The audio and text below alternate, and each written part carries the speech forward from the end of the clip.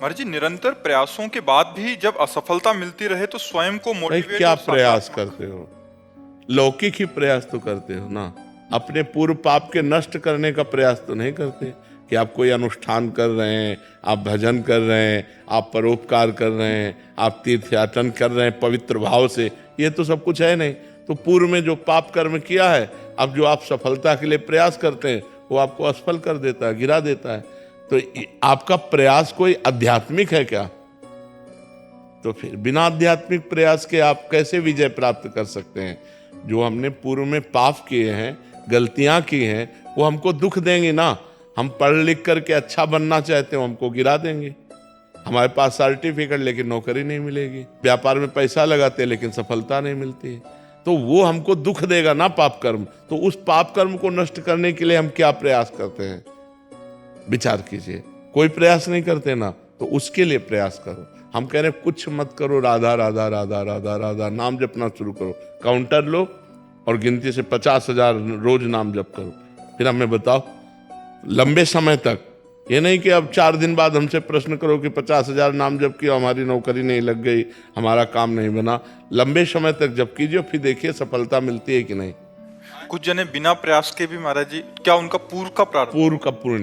पूर्व का पुण्य है कि उनका प्रयास कोई ज्यादा प्रशंसनीय नहीं है, पर वो सफलता प्रशंसनीय प्राप्त कर रहे हैं, ये पूर्व का पुण्य है। ऐसा भी देखा जाता है कि वो बिना, उसमें योग्यता भी नहीं है फिर भी- बिल्कुल, हाँ, योग्यता भी नहीं, प्रयास भी नहीं, सफलता अधिक है। ये पूर्व का पुण्य उनका काम कर रहा है। योग्यता है, प्रयास भी है, लेकिन सफलता नहीं।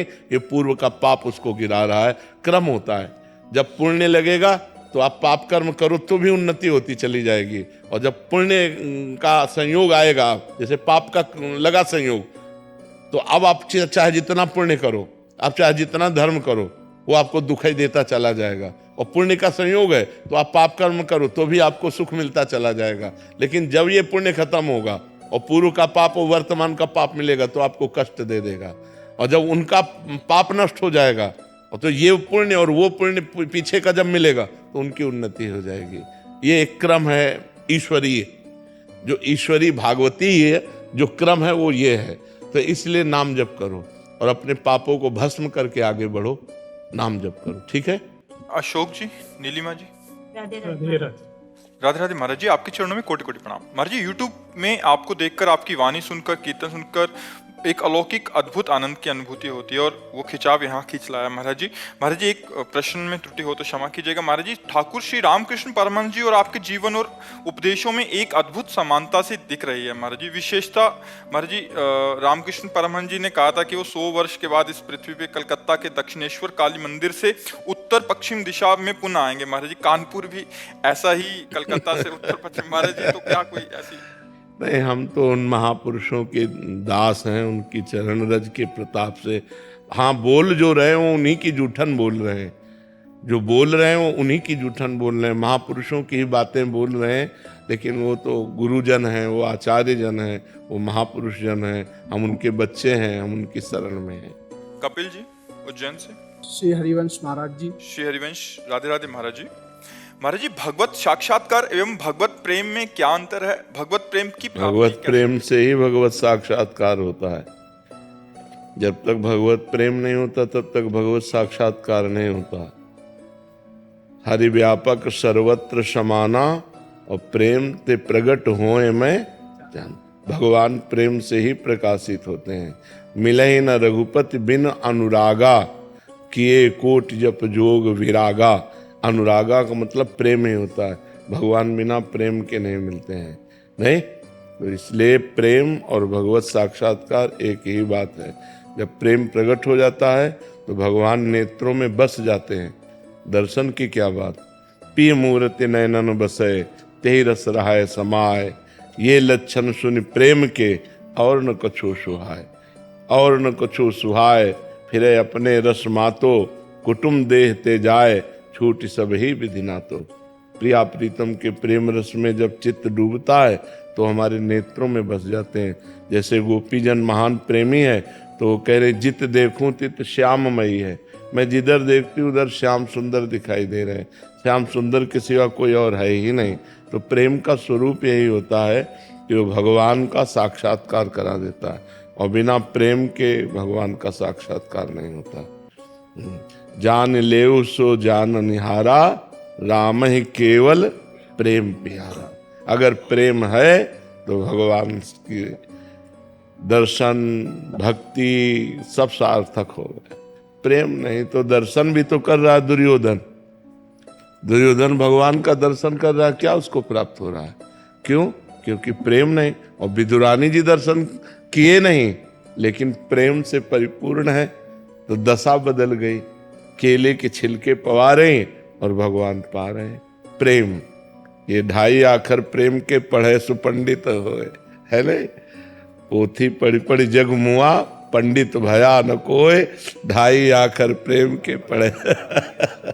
तो ये है। अदिति जी बिहार से। श्री हरिवंश महाराज जी, क्या संत दर्शन से भाग्य बदल सकता है? नाम जप से भाग्य बदलता है। संत दर्शन से भगवान की तरफ आकर्षण होता है। संत दर्शन से पाप नष्ट होते हैं।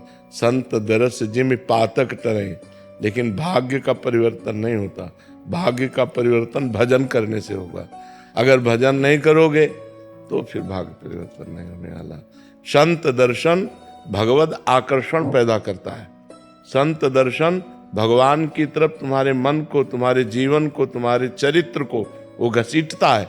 लेकिन वो घसीटना तभी सार्थक होगा जब भजन करोगे। साधन को हरि भजन है, कै सत्संग सहाय।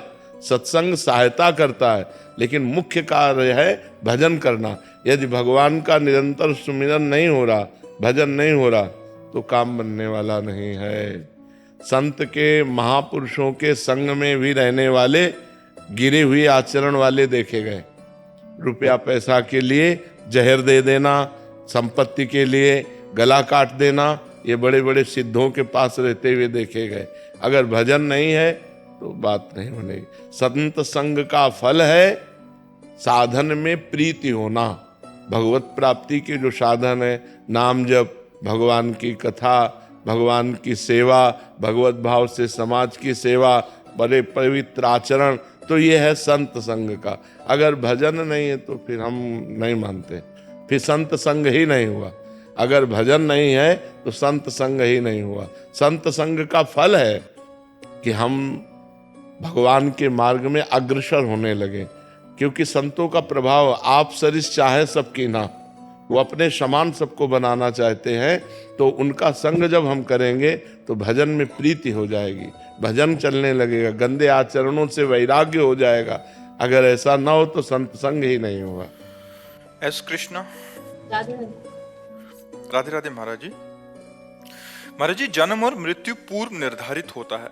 मृत्यु का समय, स्थान और कारण भी पहले से निश्चित है, लेकिन अगर प्रभु की कृपा से धामवास मिल जाए तो भाग्य पलट जाएगा, फिर लिखित मिट जाएगा, फिर लिखित मिट जाएगा।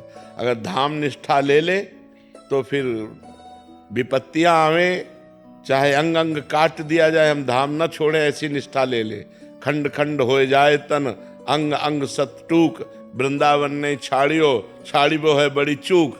अगर हम ऐसी धाम निष्ठा ले लेते हैं तो हमारा भाग्य परिवर्तन धाम की कृपा से हो जाएगा। धाम सच्चिदानंदमय है।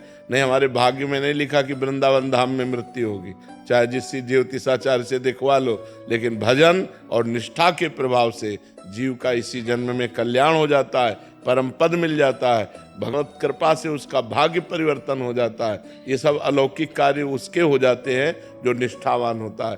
धामनिष्ठ, नामनिष्ठ, गुरुनिष्ठ, इष्टनिष्ठ, निष्ठावान में ही चमत्कार प्रकट होता है कि भाग्य परिवर्तन हो जाता है। इसलिए निष्ठावान बने। और ये सत्य है कि धाम निष्ठा, पूरी निष्ठा, ये जीव के भाग्य का परिवर्तन। जैसे काशीपुरी है, अब आप आजीवन के लिए वास ले लें तो वहाँ मच्छर को भी मोक्ष प्राप्त होता है, मनुष्य की क्या बात। भगवान विश्वेश्वर विश्वनाथ जी वहाँ कीड़ा मकोड़ा को भी मोक्ष पदवी प्रदान करते हैं। और ये वृंदावन धाम है, यहाँ तो भगवान शिव भी चरण रज लेने की लालसा करते हैं। तो अगर यहाँ की निष्ठा ले ले, भाग्य परिवर्तन हो जाए तो कोई आश्चर्य की बात नहीं। जे रेणु पर मरिबो मंगल आए, अगर यहाँ शरीर छूटता है तो निश्चित भगवत प्राप्ति होती है। ये भगवान का धाम है। श्रीकांत जी जर्मनी से। राधे राधे महाराज जी। महाराज जी, आप कह रहे हैं कि महाभारत में पांडु राजा और उनकी धर्मपत्नी ज्ञान देते हुए कहते हैं कि जब मनुष्य को सत्य का बोध होता है, मृत्यु लोक त्यागने पर उसे 3 ऋण चुकाने पड़ते हैं, देव ऋण, ऋषि ऋण और पितृ ऋण। महाराज जी, इसमें देव ऋण जो दान धर्म से चुकाया जाता है, इसमें दान धर्म का मतलब कौन सा है महाराज जी? देव ऋण को दान के द्वारा। देखो, जब हम भगवान का भजन करते हैं, एकादश स्कंद में भागवत में लिखा है, जो भगवान श्री कृष्ण का भजन करता है वो तीनों ऋणों से मुक्त हो जाता है। अगर भजन ना करे तो ये दान पुण्य जीव को सदगति नहीं प्रदान कर सकते, उच्च लोकों की प्राप्ति करा सकते हैं। देवलोक प्राप्त हो सकता है, पितृलोक प्राप्त हो सकता है, तपलोक प्राप्त हो सकता है, महारलोक प्राप्त हो सकता है, यहाँ तक कि ब्रह्मलोक तक आने जाने का क्रम बना हुआ। आ ब्रह्म भुवनान लोकान पुनरावर्तिनो अर्जुन, भगवान कहते हैं। और आ ब्रह्म स्तंभ पर्यंतम सर्वम मायामयम जगत सत्यम सत्यम पुनः सत्यम हरे नामयु केवलम। यदि दान पुण्य के बल से तो लोकों की प्राप्ति हो सकती है, मोक्ष की नहीं, या भगवत प्राप्ति नहीं हो सकती। तो ऋण मुक्त तभी माना जाए जब भगवत प्राप्ति हो जाए। अगर भगवत प्राप्ति नहीं है तो कोई ऋण मुक्त नहीं हुआ। मनुष्य जीवन का जो परम कर्तव्य है वो भगवत प्राप्ति। सो परत्र दुख पावई, सिर धुनि धुनि पछताए, काल ही कर्मय ईश्वर मिथ्या दोष लगाए। जो न तरय भव सागर असमाज नर पाए, सुअति निंदक मंदमति आत्महनन गति जाए। वो आत्महरा है, चाहे जो ऋण पूरा कर ले, यदि भगवत प्राप्ति नहीं करता। मनुष्य जन्म भगवत प्राप्ति के लिए मिला हुआ है। तो मातृ ऋण, देव ऋण, पितृ ऋण, ऋषि ऋण सबसे ऋण हो जाता है जब भगवान की प्राप्ति हो जाती है। शीला जी, राधे राधे। राधे राधे महाराज जी। महाराज जी, आप कह रहे हैं कि सांसारिक सुखों को अक्सर आध्यात्मिक उन्नति के मार्ग में बाधा के रूप में क्यों जाना जाता है? है कौन सा सुख? आप हमें व्याख्या करके बताओ कि इसमें सुख है। अच्छे से अच्छा पदार्थ पालो, 6 घंटे में मल बन जाएगा। पा के तुरंत बमन कर दो तो देखने लायक नहीं रहेगा। क्या सुख है? इतनी बड़ी रसेंद्री है या बस इतने के लिए सारे पाप हो रहे हैं। और आओ बढ़ के सुख में, 2 ही सुख संसार में सबसे ज्यादा महान है, खाने को अच्छा मिले और भोगने को मिले, रसेंद्री और जनेन्द्री। शिष्णोदर परायण, शिष्ण जनेन्द्री और उदर परायण रसेंद्री, ये 2 ही सुख हैं। जितना रुपया पैसा जो भी किया जाता है वही 2 ही सुख के लिए किया जाता है, अच्छा खाने को मिले, अच्छा भोगने को मिले।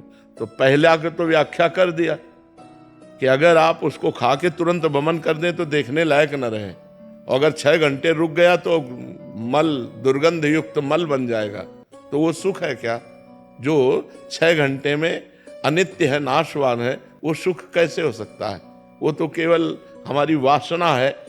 दूसरा काम भोग, जो शिष्णोदर परायण जन है, काम भोग जनेन्द्री का। तो जनेन्द्री का सुख कहाँ निर्धारित किया गया है? मलमूत्र के द्वारों में। क्या उन मलमूत्र के द्वारों में सुख भोग कर हम कभी तृप्त या शांत हो सकते हैं? आप लोग तो सब गृहस्थ धर्म में हैं। क्या आपको तृप्ति मिली कि अब कछ नाथ न चाहिए मोरे, दीन दयाल अनुग्रह तोरे? जो इन इंद्रियों के भोगों के परायण हो गया वो महापाप कर बैठता है। इंद्रिय सुख ये जादू का तमाशा है।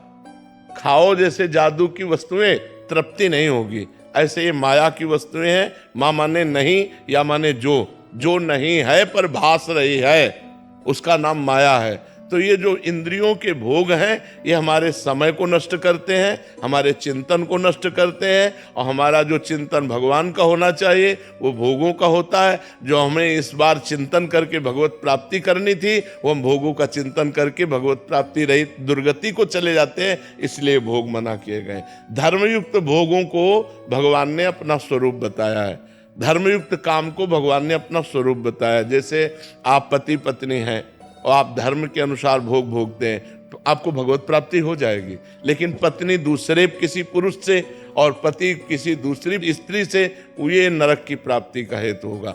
धर्म विरुद्ध भोग नरक की प्राप्ति का हेतु है, धर्म युक्त भोग भगवान की प्राप्ति। भोगों को मना नहीं किया गया, भोगों को मना नहीं किया गया। भोगों को धर्मयुक्त भोगो, धर्म की सीमा के अंतर्गत भोगो। अगर जैसे विरक्त 2 मार्ग हैं, प्रवृत्ति मार्ग और निवृत्ति मार्ग। अब प्रवृत्ति मार्ग के लिए भी भोग है, वो अपने शरीर पोषण के लिए भोजन करे, अपने योग साधना के लिए अपनी जो अनुकूलता है उनको धारण करे, लेकिन वो अन्य गृहस्थ धर्मों को न भोगे।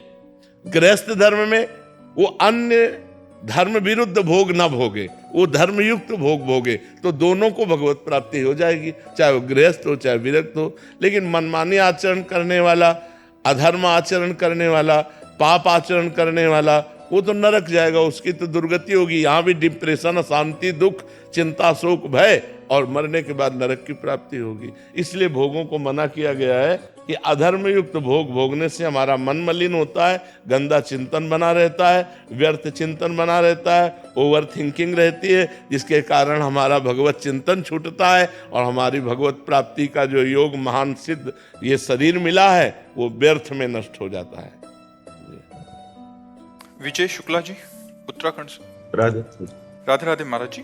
महाराज जी, मैं पेशे से वकील हूँ। श्री जी की कृपा से गरीब एवं असहाय लोगों की मदद निःशुल्क करता हूँ, परंतु कुछ लोग मेरे पास आते हैं और कहते हैं मैं गरीब हूँ और मैं बिना कुछ सोचे समझे उनकी मदद निःशुल्क कर देता हूँ, लेकिन बाद में पता चलता है कि श्री जी ने उन्हें पैसे देने लायक बनाया, परंतु झूठ बोलकर मेरे निःशुल्क काम को करा लेते हैं, जिससे मेरे मन में उनके प्रति दोष भाव आ जाता है। महाराज जी, अन्य जो आना भी चाहिए, क्योंकि वो अपराध करते हैं, गलती जब उनको देने की योग्यता है। तो ऐसा आपका प्रचार प्रसार है क्या कि गरीब का निःशुल्क कर देते हैं? मैंने गुरुजी अपने जैसे कार्ड वगैरह है तो उसको नहीं, लिखना नहीं चाहिए, ये गलती है आपकी। लिखना नहीं चाहिए, परिस्थिति देखनी चाहिए, लिखना नहीं चाहिए। आपको प्रकाशित नहीं करना चाहिए कि मैं गरीब को निःशुल्क वकालत देता हूँ, ऐसा नहीं करना चाहिए, क्योंकि धन की भी आवश्यकता है परिवार पोषण के लिए, संसार की जो आवश्यकताओं की पूर्ति के लिए अर्थ की आवश्यकता है, तो ये लिखना उचित नहीं। इससे लिखने से क्या है, जैसा आप बोले ना, जो अनाधिकारी लोग हैं वो छल कपट करके आपका दुरुपयोग करेंगे, आपकी इस करुणा का, आपकी कृपा का दुरुपयोग करेंगे। इसलिए कार्ड से ये तो हटवा दीजिए। और इसके बाद परिस्थिति देखिए, मान लो गरीब है तो आप 500 की जगह आप 200 दे दीजिए, और जब वो रो के कह रहा है मेरे पास 200 रुपये भी नहीं है, तो आपने तो पहले ही ठान रखा है फ्री करने का, चलो देखते हैं फिर उसमें भी ऐसा लगे कि हाँ वास्तविक ये गरीब है, तो फिर कार्य कर दिया। नहीं तो ऐसे छली कपटी लोग, दम्भी लोग ऐसे बहुत है, नाटकी लोग पाए जान जगत में, सब जन कपटी कुटिल कलयुगी टंचु, जो सीधे सरल स्वभाव, करुणा स्वभाव का दुरुपयोग कर लेते हैं। इसलिए कार्ड से तो हटा दीजिए और सावधान रहिए, सावधान दृष्टि में देखिए, वो पता चल जाता है उसका बैठना उठना, चाल, कपड़ा लत्ता, उससे सब पता चल जाता है कि आदमी किस योग्य है।